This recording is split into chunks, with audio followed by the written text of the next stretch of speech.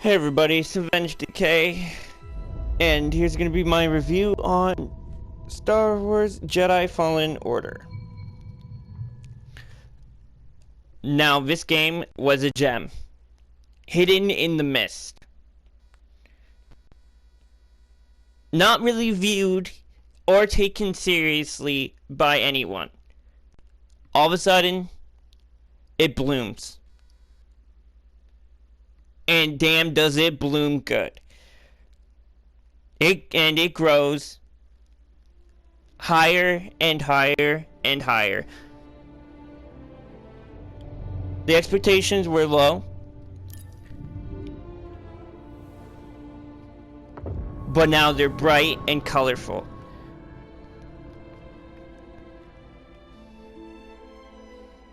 That's what this game is. Basically, this is a masterpiece of a Star Wars game. And it is just a lot of fun and damn well impressive.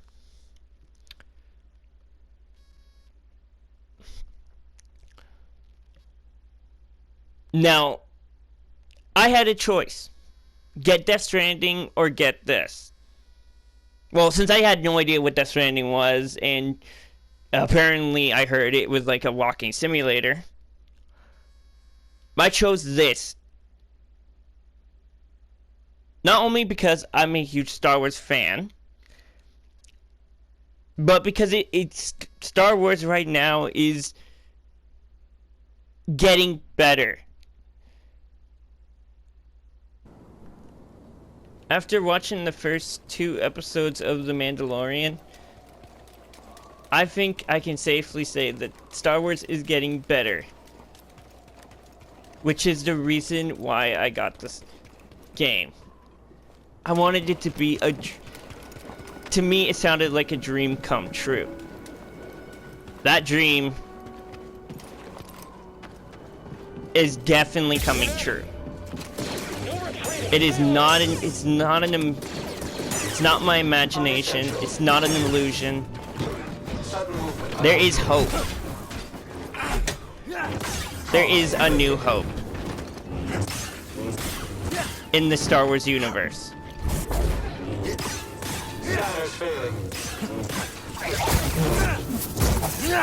Anyways, now that I said that speech, let's get on with this game. So the story takes place after Episode 3 and before Rogue One and A New Hope. You play as the main character, Cal, who is the last remaining Jedi, at the moment at least, who has to carry the burden of trying to bring peace amongst the galaxy and to bring a new hope. Even though that story has already been done, it hasn't been done in this sense the way this game takes it, as it seems like Cal is the actual last remaining Jedi, and this actually does, what I mean by it takes place after Episode 3, it really means it takes place after Episode 3. Anyways, as for the gameplay and the combat, it is damn well satisfying. I think this is probably... It does take a lot of inspiration from Sekiro. Don't get me wrong.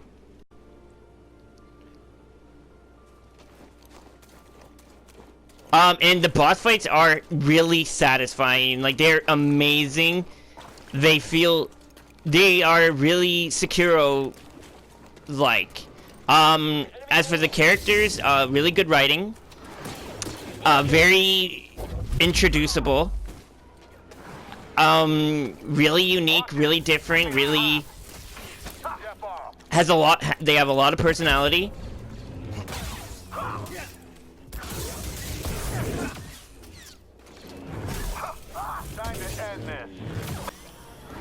They all have personality and characteristics. Although there is a glitch in this game where for some reason cutscene FPS really does drop. Like, as a Jedi, you have different Force abilities, such as Force Push, Force Pull, you know, things that you would expect from a Jedi. There's also these chests, which are probably the most disappointing things. Is probably the biggest disappointment I have with this game. What's that? Want to look inside? What is it, BD?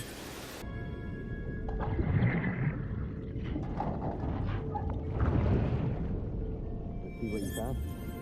Hey, come here.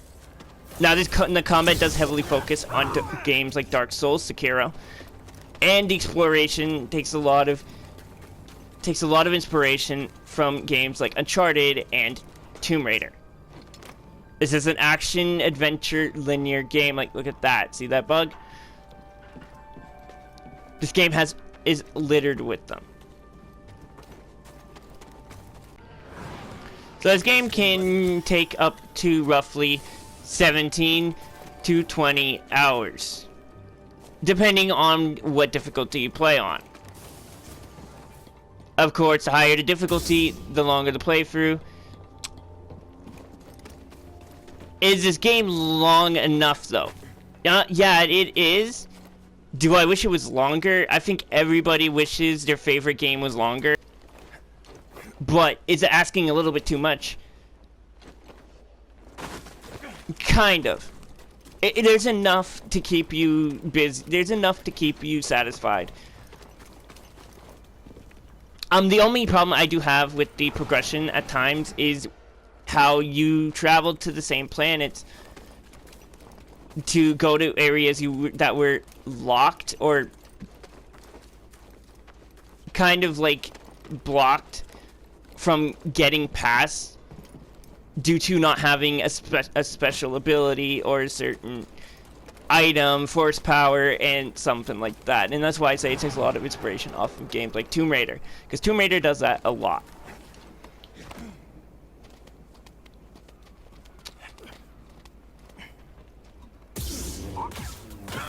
All of these planets have really nice scenery and are really beautiful,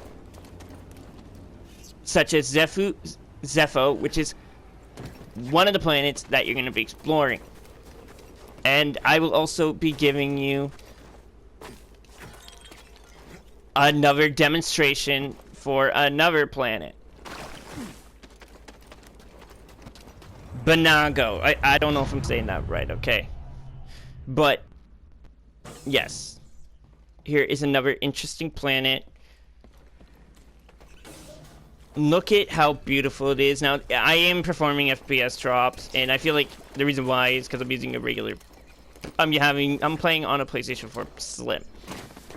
I don't think you'll have the same problems with a PlayStation Pro.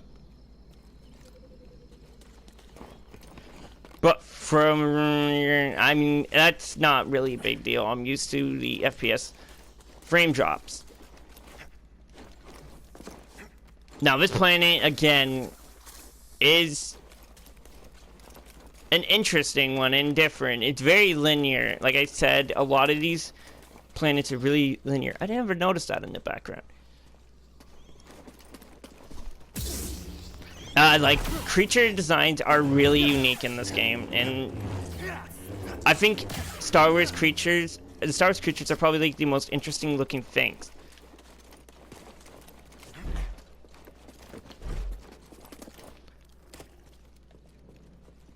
And it doesn't seem like they're reusing assets either, which is a really good thing.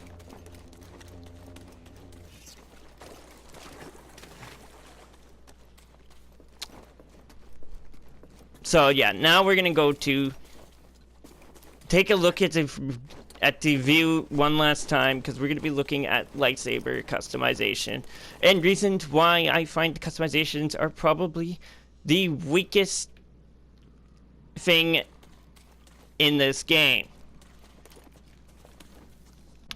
Now we're gonna move on to the customization, which I'm gonna show you why it's my most disappointing opinion. Well, actually, it's not even opinion. It's just straight up a disappointment. In most RPG games, you always have that beautiful chest opening moment. Here, it feels like you open a chest and you get dog poo out of it, and the game just tells you, "Yo, go use this. Go use this. It's colorful. It's brown and new." And I mean, you can customize your lightsaber with it. So go use it. It's different. It's a different lightsaber customization option. All of that is okay because like some of these are good, but they're not noticeable. On top of that, I think what would have made a more satisfying way to open chests is either giving different consumables. I'm sure they could have came up with different consumables. Like, I don't know, a shard that regenerates your force abilities. Or your force meter. Or I don't know, like a dark gem, or like, I don't know, like an attack speed gem. They could have even added gems in this game. Gemstones or something like that, where you can put them in your lightsaber and they have stat increases or stat buffs. Something unique. This is nothing close to unique. This is cosmetic. For a game that's trying to be like Dark Souls and stuff, this is bad. Not only is it a bad feeling to get these out of chests, but it just ends up feeling like a waste of time. So anyways, the most noticeable things, customization items, would be the lightsaber colors. 2 are available, with the third being a pre-order bonus. The rest you unlock through progress. So you got the blue, green, and orange, which is the pre-order bonus.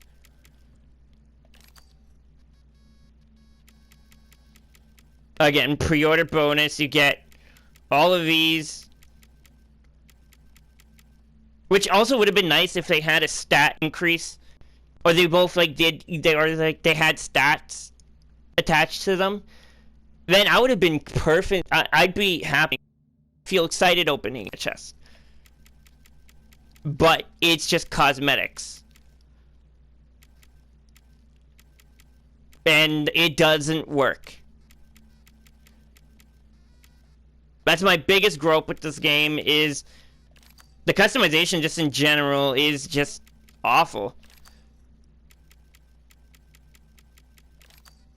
It's not only the lightsabers. The material is probably the other thing that you will notice, but at the same time, it's a third-person game, so it wouldn't really... You wouldn't notice it, because it's not only a third-person shoot. It's not only a third-person game, but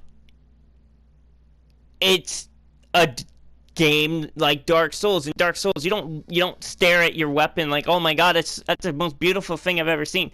No, you're always looking in front of you. You're always paying attention. You're always concentrating. And this customization, the awful customization, doesn't stop there. There's also poncho materials, which are lazily done. These are awful.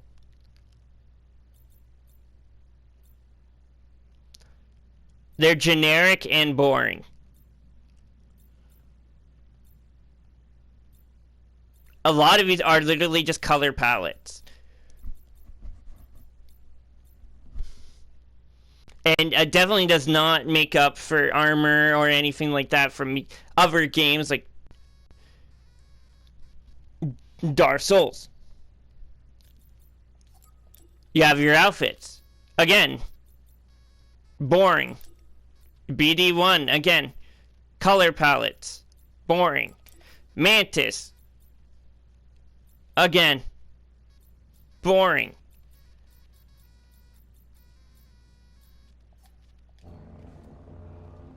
But there is some rewarding factors for certain things. You can also get these capsule things or these chests that have healing capsules. I think there's... I don't know how many there is, but they can be easily missed. Like, they can be really easy to miss. Also, the puzzles are also pretty unique. I'm not gonna lie, there's like some puzzles that really require you to think. But yeah, you get the gist. The game overall is good. It's just rewarding. If you're talking about a rewarding factor, it's not the best. But yeah, so I'm gonna give it a score. I'm gonna give it a 7 out of 10 because there's too many bugs. I'd give it a 7 out of 10, but I will be giving it a major concern. Or a lead of absence, I guess you can say, for now, because it is a very buggy game that is nowhere near complete. Wait for a couple patches if you really want to get this game, and if you're a huge Star Wars fan. This game is definitely going to be up here. If you didn't like Death Stranding, you're most likely going to be probably liking this game. If you like games like Sekiro, you're probably going to like this game.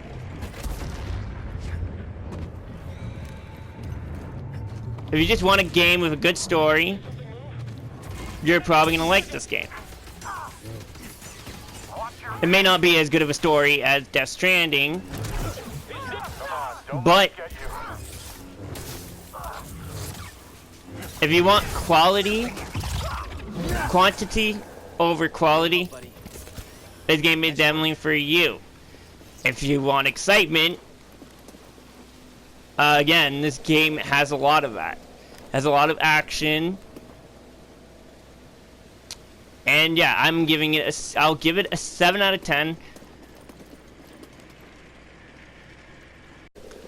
I'm also going to be deducting points because of the rewarding system being really awful. Like, I don't find getting customization items out of chests that rewarding. It's not the type of rewarding satisfaction I want in games like this. I want to feel excited when I'm opening a chest. I want to feel like I'm getting something of value when I'm opening a chest. And it feels like I don't get that here. But yeah, that's my review on Star Wars Fallen Jedi Order. And the future is looking really bright for Star Wars. Will I be seeing Rise of Skywalker? I don't know. I've already heard awful things about it. I didn't like Last Jedi. Force Awakens wasn't bad. But I think we can all agree that The Mandalorian is just superior. It's probably the best thing to come from the Star Wars Cinematic Universe.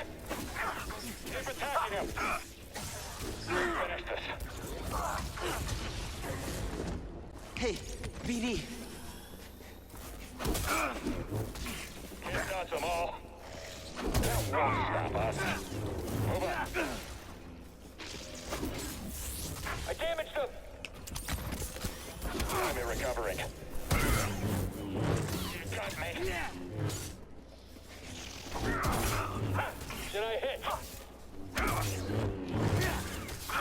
You killed them all? But yes, that's my review on Star Wars Fallen Jedi, or Star Wars Jedi Fallen Order. Hopefully I convinced you to buy in this game, because honestly, I think it definitely deserves the praise that it's getting. And to think that this is an EA published title.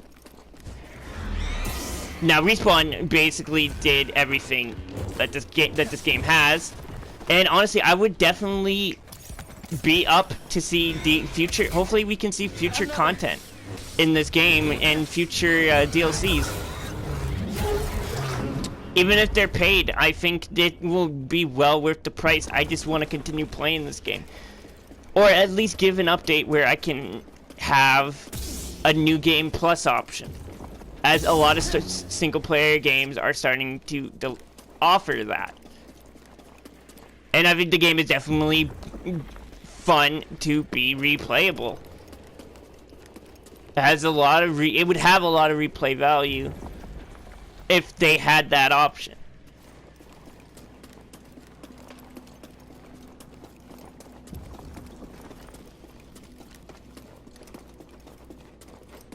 But other than that,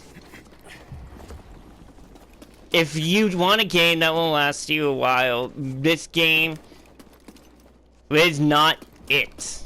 At least at the moment. When they add New Game Plus and add and hopefully think about adding DLC, I think this game could definitely reach even further beyond what it is right now.